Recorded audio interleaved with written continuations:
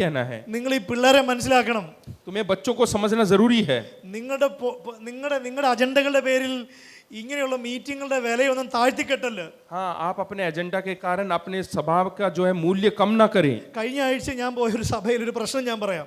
और पिछले हफ्ते जो एक कलीसिया में गया वहाँ की समस्या बताता हूँ। ഈ പ്രൊജക്ടർ ഇല്ലാത്തതുകൊണ്ട് അവർക്ക് അവർ ഉദ്ദേശിച്ച സ്ഥലത്ത് മീറ്റിംഗ് നടത്താൻ പറ്റിയില്ല. और जहाँ ये प्रोजेक्टर ना होने के कारण जहाँ पे उन्होंने सोचा था वहाँ पे प्रोग्राम नहीं कर पाए। വേൾഡ് കപ്പിന്റെ ഫൈനലായിട്ട് പ്രൊജക്ടറിനൊക്കെ 20,000 രൂപ വാടക ചോദിച്ചേ. और वर्ल्ड कप होने के कारण एक प्रोजेक्टर का दाम 20,000 रुपये रेंट था। അപ്പോൾ കമ്മിറ്റിക്കാർ പറഞ്ഞു നമുക്ക് ചർച്ച് മാറ്റി വേറെ സ്ഥലത്ത് വെച്ച് നടത്താം, പ്രൊജക്ടർ ഉള്ള ഒരു ചർച്ച് നടത്താമെന്ന് പറഞ്ഞു. तो उन्होंने सोचा कि ये कलीसिया छोड़ के दूसरी कलीसिया में करेंगे जहाँ पे प्रोजेक्टर है। ഞാൻ അവിടെ ചെന്നപ്പോൾ പിള്ളേർ ഭയങ്കര കുറവാ. और मैं जहाँ पे गया तो वहाँ पे बच्चे लोग तैयार हैं। ഫുട്ബോൾ അർജന്റീനയ്ക്ക് വേണ്ടി ഇടിവി നിൽക്കാൻ പോയതല്ല കേട്ടോ, അർജന്റീനയുടെ കളി രാത്രിയിലായിരുന്നു. और अर्जेंटीना का खेल के लिए नहीं, वो रात को था।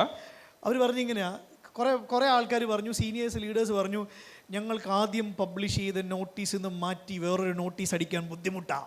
हाँ, पहला जो नोटिस हमने छापा था उसको छोड़कर दूसरा एक नोटिस अभी छापना पड़ेगा, वो हमारे लिए मुश्किल का काम है। ഞാനപ്പോൾ ചിന്തിച്ചു, എൻ്റെ പൊന്നച്ഛാ, അച്ഛൻ്റെ ഈഗോ കാരണം എത്ര കുഞ്ഞുങ്ങൾക്ക് വരാതിരുന്നത്. हाँ, आपके कारण जो है कितने सारे बच्चे नहीं आ पाए हैं। 3 സെന്ററിന്റെ മീറ്റിംഗാ और 3 सेंटर का सभा है।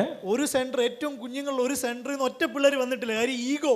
और एक सेंटर तो ऐसा है वहां से तो एक भी बच्चे नहीं आए। ഞാൻ ഈ പറഞ്ഞു വന്നത് നമ്മൾ ഈ കുഞ്ഞുങ്ങളെയൊക്കെ ശരിക്കും സ്നേഹിച്ച് നമ്മുടെ എല്ലാ അജണ്ടകളും ഒന്ന് മാറ്റി വെക്കണമെന്നേ. हाँ, मेरा कहने का मतलब है कि इन बच्चों से हम बहुत आज से प्रार्थना करें, प्रेम करें और अपने सारे जो कानून है कायदा है उनको दूर करे। കർത്താവ് വന്നില്ലേ നമ്മുടെ മസിൽ പിടുത്ത് 5, 10, 20, 30 വർഷം കഴിഞ്ഞ് ഞങ്ങൾ തീരുവന്നേ. हाँ, हमारा जो मसल्स का जो पकड़ना है वो 20-30 साल के बाद खत्म हो जाएगा। ഈ സഭയെ ലീഡ് ചെയ്യേണ്ടതൊക്കെ ഈ പിള്ളേരാണ്. और ये कलीसिया ये बच्चों के द्वारा चलाया जाना चाहिए। ഞാൻ എപ്പോഴും പറയാറുണ്ട്, എനിക്ക് ഏറ്റവും ഇഷ്ടമല്ലാത്തൊരു സ്റ്റേറ്റ്മെന്റ്, और मेरे को जो बिल्कुल पसंद नहीं है वो ये है, ചിലർ പറയും ഇന്നത്തെ പിള്ളേരാ നാളത്തെ സഭ ആണ്. और कुछ लोग बोलते हैं कि आज के बच्चे कल की कलीसिया। ഞാൻ ഇങ്ങനെ പറയും, അത് തെറ്റാ. मैं बोलता हूँ कि वो गलत है। ഇന്നത്തെ പിള്ളേർ ഇന്നത്തെ സഭ തന്നെ. हाँ, आज की युग जो है, आज के जमाने के बच्चे आज की कलीसिया है। ഈ കുഞ്ഞുങ്ങൾ അസാധ്യം, അതായത് ഇവർ ഭയങ്കര നിശബ്ദമായിട്ടിരിക്കുന്ന ആൾക്കാരാ. हाँ, ये जो आज के युग के बच्चे बिल्कुल शांत बैठते हैं। ഇവരൊന്നും പറയുന്നില്ലെങ്കിൽ ഇവരെല്ലാം മനസ്സിലാക്കുന്നുണ്ട്. हाँ, ये कुछ बोलते नहीं है लेकिन सब कुछ समझते हैं। ഞാൻ ഒന്നുകൂടെ പറയാം, एक और बार दोहराना चाहता हूँ। ഇത്തിരി ഡോസ് കൂടിയ സാധനമൊക്കെ പറയുമ്പോൾ എന്നോട് അങ്ങ് ക്ഷമിക്കണേ. अगर जो कुछ मैं कठोर बातें बोलूँ तो आप क्षमा करें। ഒരു മാസം ഒരു മോൻ എൻ്റെ അടുത്ത് വന്നു. 1 महीने पहले एक बेटा आया। ആ മോൻ എന്നോട് പറഞ്ഞു, അച്ഛാ वो बेटे ने पूछा, മഹാരാഷ്ട്രയിലൊന്നും ഈ പ്രശ്നമില്ല കേട്ടോ, ഇത് കേരളത്തിലെ കഥയാ പറയണേ. महाराष्ट्र में नहीं है ऐसी समस्या लेकिन केरला में है। ആ മോൻ അവന് ഇന്ന് 23 വയസ്സോളമുണ്ട്. वो 23 साल का है। അവൻ പറഞ്ഞത് ഇങ്ങനാ, उसने इस प्रकार से कहा, അച്ഛാ ഞാൻ +2 പഠിക്കുമ്പം जब मैं 12वीं कक्षा में था ഞങ്ങളോട് പറഞ്ഞു हमें सिखाया गया ഈ ഇലക്ഷൻ നടക്കുന്ന ഗ്രൗണ്ടിൽ ഒന്ന് പോകാൻ. कि जहाँ पे इलेक्शन होता है, जहाँ पे मतदान होता है, उस ग्राउंड में जाओ। നിങ്ങൾക്ക് ട്രിപ്പൊക്കെ അടിക്കാൻ ഈ ഏതെങ്കിലുമൊക്കെ കെയർ ഓഫ് പറഞ്ഞാൽ കുറച്ച് പൈസ കിട്ടും. हाँ, वहाँ पे जो है कुछ ना कुछ कह के पैसे मिल जाएगा। ഞങ്ങൾ അവിടെ പോയി അച്ഛാ.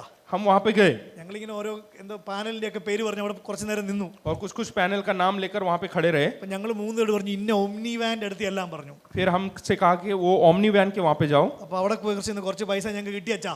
और हम वहाँ पे गए और कुछ पैसे वहाँ से मिला। കുറച്ച് കഴിഞ്ഞ് പറഞ്ഞുകൊണ്ട് അപ്പുറത്ത് 1/2 കിലോമീറ്റർ ഒരു വോൾവോ കിടപ്പുണ്ട്, അങ്ങോട്ട് പോകാൻ പറഞ്ഞു. और आधे घंटे के बाद बोला कि वॉल्वो है वहाँ पे जाओ। എൻ്റെ അച്ഛൻ 3 മണിക്കൂർ കൊണ്ട് 10000 രൂപ കിട്ടി അച്ഛാ. 3 घंटे में 10,000 रुपये कमाया। ഞങ്ങൾ അതുകൊണ്ട് വയനാട് ട്രിപ്പ് പോയച്ചാ. और उससे हम वायनाड में गए। എന്നിട്ട് അവൻ പറഞ്ഞ, उसके बाद बोला, അച്ഛാ എന്നിട്ട് ഇവരൊക്കെ ഞങ്ങളുടെ മുമ്പിൽ പ്രസംഗിക്കുന്ന അച്ഛാ, എന്നിട്ട് ഇവരൊക്കെ ഞങ്ങളുടെ മുമ്പിൽ ഒന്ന് പ്രസംഗിക്കുന്നത്. और ये लोग आकर हमारे सामने प्रचार कर रहे हैं। ശരിക്കും ഒരു പെന്തിക്കോസുകാരൻ പയ്യൻ ഒരു 10-15 വർഷത്തിൽ, അതായത് അങ്ങനെ ജനിച്ചു വളർന്നൊരു പയ്യൻ കരയുന്നത് ഞാൻ ഈ 2 ആഴ്ച മുമ്പ് നടന്ന ഇങ്ങനെ ഞാൻ കരയുന്നത് ഞാൻ ഈ ഇടയ്ക്കൊന്നും കണ്ടിട്ടില്ല. पेंटिकोस कलीसिया में पला बड़ा हुआ एक लड़का इस तरह से रोते हुए मैंने आज तक नहीं देखा। അവൻ പറഞ്ഞത് ഞങ്ങൾ നിശബ്ദരാണെങ്കിലും ഞങ്ങൾക്ക് എന്നാ ചെയ്യണമെന്ന് അറിയത്തില്ല. और हम बिल्कुल शांत तो रहते हैं लेकिन हमें नहीं मालूम कि हमें क्या करना चाहिए। ഞാൻ എൻ്റെ സബ്ജക്റ്റ് മാറിപ്പോകുന്നത് എൻ്റെ ആത്മഭാരം കൊണ്ടാണ്. और मेरा विषय से मैं इधर उधर भटक रहा हूँ क्योंकि मेरे अंदर का जो बोझ है इस वजह से। മക്കളെ ഈ വാക്യം ഒന്ന് വായിക്കാമോ? പ്രോവേർബ്സ് 5:9. ये नीति वचन 5 उसका 9 पढ़िएगा। ഒന്ന് ഹിന്ദി ഉള്ളത് റൈറ്റ് ആണെന്ന് ഹിന്ദി ഒന്ന് വായിക്കാമോ? ബോയ്സും ഗേൾസും ഒരുമിച്ച് വായിക്കാമോ? Ready 1 2 3 start.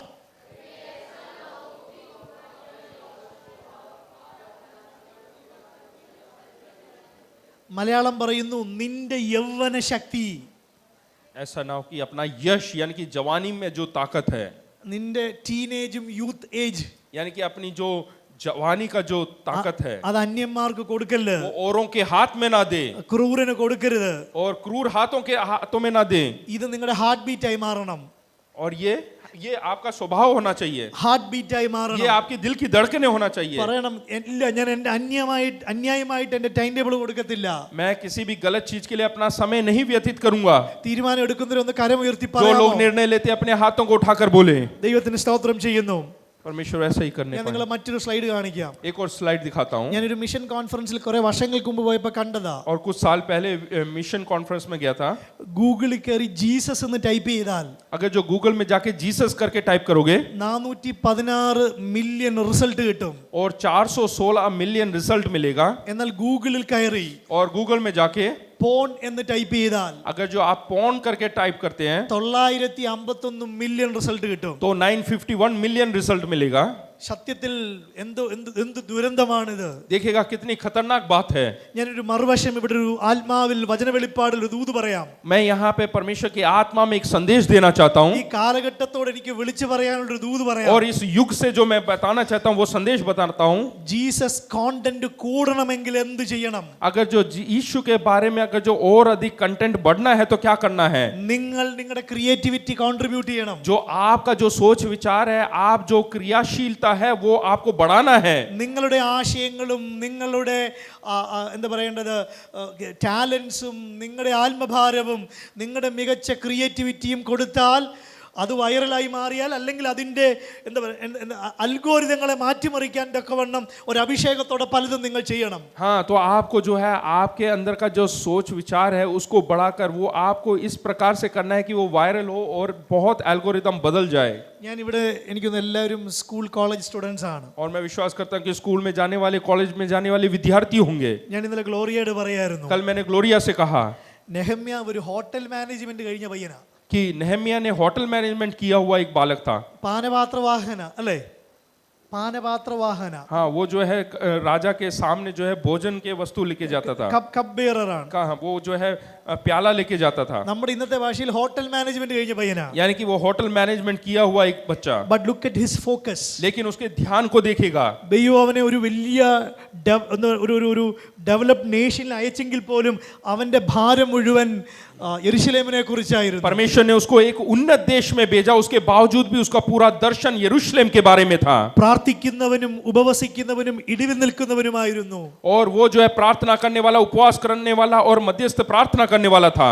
എന്റെ കുഞ്ഞെ, നീ എന്ത് കോഴ്സ് പഠിക്കുന്നയാളാണെങ്കിലും हाँ, आप कोई भी कोर्स करने वाला क्यों ना हो, നീ പ്രാർത്ഥിക്കുന്ന കുഞ്ഞായിരിക്കണം. हाँ, आपको एक प्रार्थना करने वाला एक विद्यार्थी बनना है। നീ കരയുന്ന കുഞ്ഞായിരിക്കണം. आपको एक रोने वाला व्यक्ति बनना है। ആത്മഭാരമുള്ള आपके കുഞ്ഞായിരിക്കണം. अंदर एक आत्मा के प्रति बोझ होना चाहिए ചിലത് പണിയാൻ തയ്യാറാകുന്ന കുഞ്ഞായി और कुछ മാറണം. बनाने के लिए तैयार होने वाला होना എത്ര चाहिए। പേർ അത് ആഗ്രഹിക്കുന്നുണ്ട്? कितने लोग ऐसा बनना चाहते हैं? Look at Joseph. यूसुफ को देखेगा।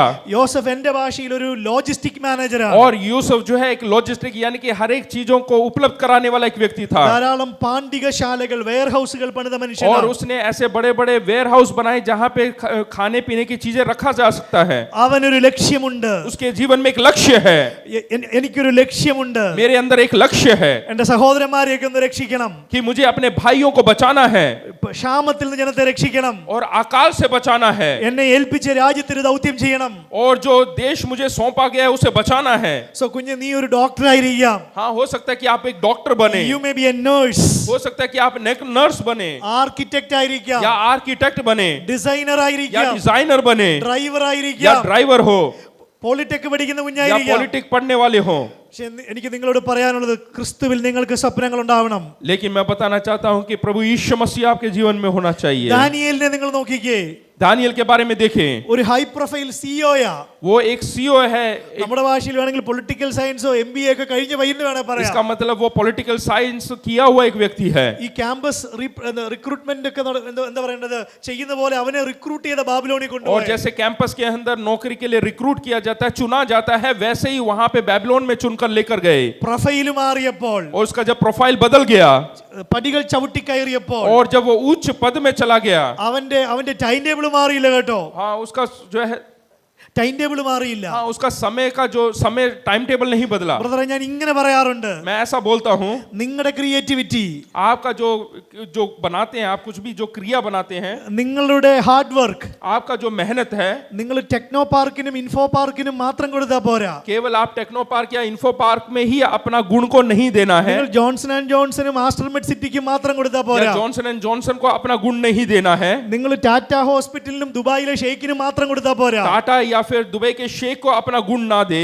അമേരിക്കയിലെ സായിപ്പിനും MNC കമ്പനിക്കും മാത്രം കൊടുത്താൽ പോരാ. केवल अंग्रेज या अमेरिका के MNC कंपनी को ही नहीं, നിങ്ങൾ കർത്താവിന് വേണ്ടി കൊടുക്കണം. लेकिन अपना गुण जो है योग्यता परमेश्वर को दे. നിങ്ങൾ കൊടുത്തില്ല പിന്നെ ആരാ अगर കൊടുക്കുന്നത്? जो आप अपना गुण परमेश्वर को नहीं देंगे तो कौन देगा? നമ്മുടെ പിള്ളേരെല്ലാം ഭയങ്കര മിടുക്കരാ. हमारे बच्चे बहुत ही तेज हैं. അവര് പലപ്പോഴും പറയാറുണ്ട്, वो कई बार बोलते हैं അച്ഛാ ഞാൻ എല്ലാ ഞായറാഴ്ചയും സഭയിൽ പോകുന്ന ആളാ. कि मैं हर इतवार को कलीसिया में जाता हूँ. മോനെ നല്ല കാര്യമായി, അപ്രീഷിയേറ്റ്. वो तो अच्छी बात है.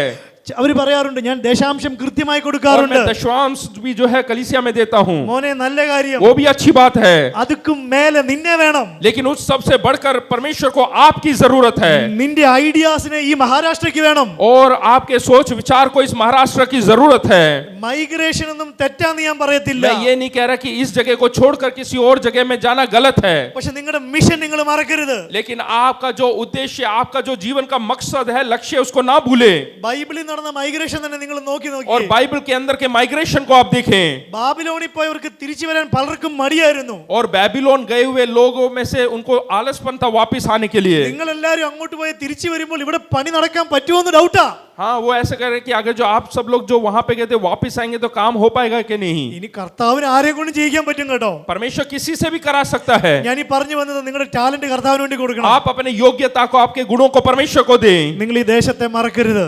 और आप इस देश को ना भूलें. മനസ്സിലായവരെന്ന് കരമുയർത്തി जितने കർത്താവിനെ लोग समझ गए वो अपने हाथों को उठाकर परमेश्वर की महिमा करें. കെണികളിൽ നിങ്ങൾ വീഴരുത്. और किसी भी जाल में, फंदे में ना फंसे. ഇത് എൻ്റെ ഒരു ഫേവറേറ്റ് വേഴ്സ് ആണ്. എൻ്റെ ഏറ്റവും ഇഷ്ടപ്പെട്ട ഒരു और വാക്യമാണ്. मेरा सबसे पसंदीदा एक वचन है അത് എബ്രായ ലേഖനം 10-ാം അധ്യായം इब्रानियों 10-ാം അധ്യായം 26-ാമത്തെ വാക്യം 26 29 വരെയുള്ള വാക്യങ്ങൾ. 26 से लेके 29 तक. എൻ്റെ ഹൃദയമിടിപ്പാണ് ഈ വാക്യം. और ये मेरे दिल की धड़कन है. എൻ്റെ ജീവിതത്തിൽ ടെംപ്ടേഷൻസ് വരുമ്പോൾ मेरे जीवन में जब कोई प्रलोभन आता है, ഞാൻ എപ്പോഴും പ്രാർത്ഥിക്കുന്ന ഉരുവിടുന്ന ഒരു വാക്യം. मैं हमेशा प्रार्थना करने वाला एक वचन. ആ വാക്യം ഇങ്ങനെയാണ്, वो वचन इस प्रकार से है, സത്യത്തിന്റെ പരിജ്ഞാനം ലഭിച്ച ശേഷം क्योंकि सच्चाई की पहचान प्राप्त करने के बाद മനഃപൂർവം പാപം ചെയ്താൽ, यदि हम जानबूझकर पाप करते रहें, പഴയ നിയമത്തിൽ മനഃപൂർവം പാപം ചെയ്യുന്നവനെ കല്ലെറിഞ്ഞു കൊല്ലുമായിരുന്നു. पुराने जमाने में, पुराने नियम में जो जानबूझकर पाप करता था तो उनको पत्थरवाह करके मार डाला जाता था. എന്നാൽ പുതിയ നിയമ വിശ്വാസി നമ്മൾ ഭാഗ്യവാന്മാരാ. हाँ, नए नियम के विश्वासी लोग हम भाग्यवान हैं. നമുക്ക് കർത്താവിന്റെ അടുക്കലേക്ക് ഓടിച്ചെല്ലാം. हम परमेश्वर के समीप भाग सकते हैं. എനിക്ക് നിങ്ങളോട് പറയാനുള്ള ദൂതിതാണ്, मैं आपको ये बताना चाहता हूँ, മനഃപൂർവം പാപം ചെയ്താൽ जानबूझ के पाप करते हो तो ദൈവപുത്രനെ ചവിട്ടിക്കളയുന്നതിന് തുല്യമാ. परमेश्वर को कुचल कर फेंकने के तुल्य है. നിങ്ങൾ യേശുവിനെ ചവിട്ടാൻ ആഗ്രഹിക്കുന്നുണ്ടോ? क्या आप प्रभु यीशु मसीह को अपने पांव से कुचलना चाहते हैं? Never never. नहीं. വിശുദ്ധീകരിച്ച നിയമരക്തം മലിനമെന്ന് നിങ്ങൾ നിരൂപിക്കുമോ?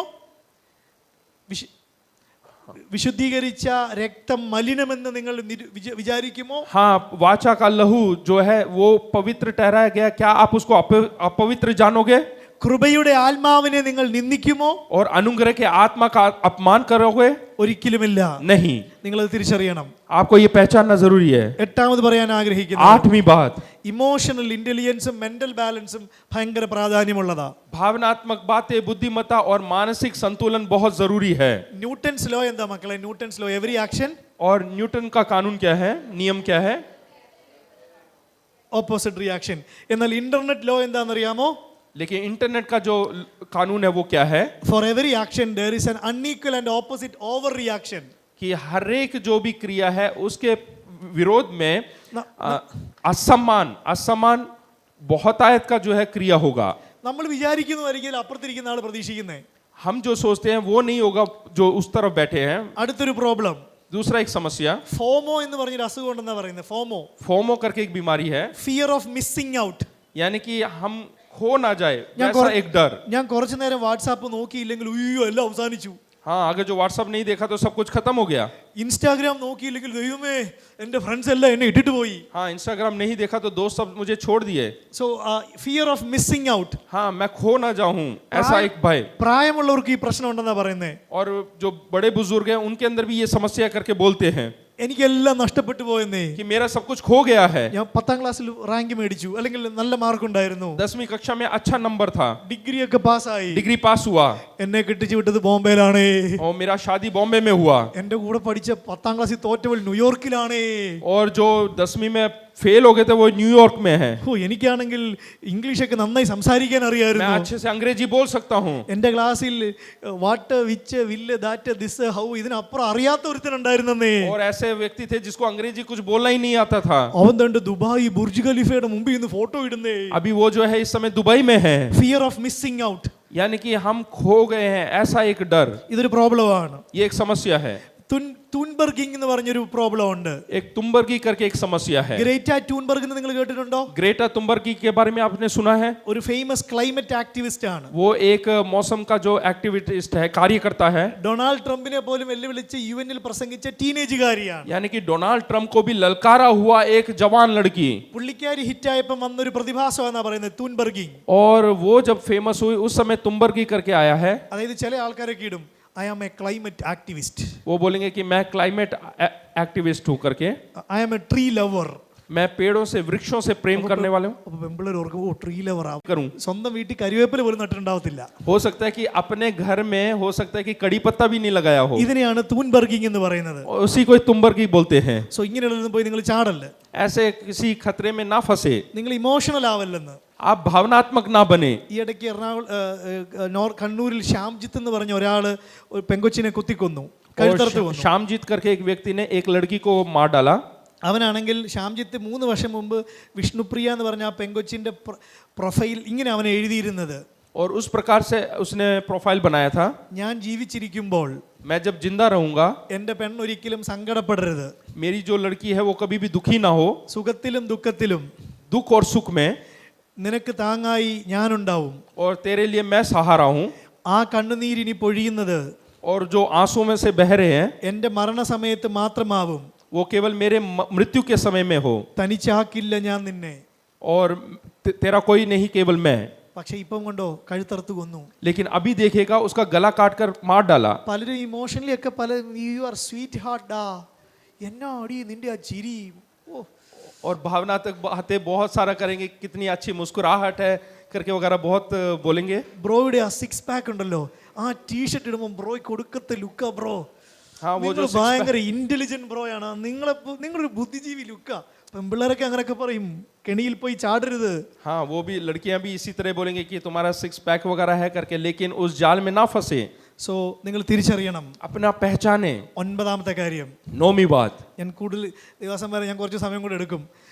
9ാമത്തെ കാര്യം, 9वां मुद्दा, ഈ എല്ലാവരും ഒന്ന് എൻ്റെ കൂടെ ഒന്ന് ഇംഗ്ലീഷിൽ ഒന്ന് ഉറക്കെ ചേർന്ന് പറയണേ. Use, search, like, share, comment, create good media. So ഞാൻ സാധാരണ മുതിർന്നവരോട് പറയുന്നത് ഇങ്ങനെയാണ്, സഭകളും ലീഡേഴ്സും തിരിച്ചറിയേണ്ട കാര്യം, और कलीसिया के जो अगुवे हैं उनको ये पहचानना है, നമ്മുടെ പിള്ളേർ ഒരു ദിവസം 10 മണിക്കൂർ ടെക്നോളജി ഉപയോഗിക്കുന്നവരാ. हमारे कलीसिया के जो बच्चे हैं वो 10 घंटे हफ्ते में जो है टेक्नोलॉजी तकनीक का इस्तेमाल करते हैं। ആഴ്ചയിൽ ഒരു മിനിമം 70 മണിക്കൂർ. यानी कि हफ्ते में 70 घंटे तक। ഇവരെ നമ്മുടെ കയ്യിൽ കിട്ടുന്നത് ആഴ്ചയിൽ 2 മണിക്കൂറാ. और हमारे हाथ में केवल हफ्ते में दो घंटे ही मिलता है। ഓക്കെ, എക്സലന്റ് ആയി അവരുടെ മുമ്പിൽ കാര്യങ്ങൾ ചെയ്യണം. उनके सामने हमें बहुत अच्छे निपुण तरीके से कार्य करना है। ഞാൻ നിങ്ങൾക്ക് ഈ ടെക്നോളജിയുടെ കാര്യം പറയാൻ വേണ്ടി 10 മിനിറ്റ്സ് കൊണ്ട് ഞാൻ നിർത്തിയാൽ മതിയോ? 10 मिनट में खत्म करता हूँ। 10 മിനിറ്റ്സ് കൊണ്ട് നിർത്താൻ പറ്റണേ. ഓക്കെ, ഞാൻ നിങ്ങൾക്ക് മനസ്സിലാക്കാൻ വേണ്ടി ഒരു കാര്യം പറയാം. एक चीज जो मुझे समझ में आया बताना चाहता हूँ। റോമൻ റോഡ് പണ്ട് വന്നപ്പം जब रोमन लोगों ने सड़क बनाया, അന്നത്തെ ആൾക്കാർ ഭയങ്കരമായിട്ട് എതിർത്തു. वहाँ के लोगों ने बहुत विरोध किया। All roads leads to Rome എന്നാണ് നമ്മൾ കേട്ടിട്ടുള്ളത്. और हमने सुना है कि सारी सड़कें रोम की ओर जाती है। പക്ഷെ അത് ഏറ്റവും കൂടുതൽ ഉപയോഗിച്ചത് മിഷണറീസാണ്. लेकिन सबसे ज्यादा उस सड़कों का इस्तेमाल मिशनरियों ने किया. പ്രിന്റിംഗ് പ്രസ് വന്നപ്പോൾ ആൾക്കാർ പറഞ്ഞു അയ്യോ പാപ്പറസ് ചുരുളി എന്നൊക്കെ ബൈബിളൊക്കെ പേപ്പറിൽ വന്ന പ്രശ്നമാണെന്ന് ചിന്തിച്ചു. कई लोगों ने जब प्रिंटिंग प्रेस छपा तो बोला कि अरे बाइबल जो है पाइपरस में रीढ़ की पटरी में जो है पट्टियों में जो है छापा जाता था वो बंद हो जाएगा और पेपर में छपेगा तो बेकार हो जाएगा. ആദ്യം പ്രിന്റ് ചെയ്ത് ബൈബിളാ. लेकिन सबसे पहले बाइबल ही छपा. ആദ്യത്തെ റേഡിയോ ടി വി റേഡിയോ ലൈസൻസിൽ 750 ലൈസൻസിൽ 60 ലൈസൻസും മിഷൻ ഓർഗനൈസേഷൻസ് എടുത്തേ. और पहला जो लाइसेंस है उसमें सबसे ज्यादा लाइसेंस लेने वाले भी मिशन वालों ने लिया.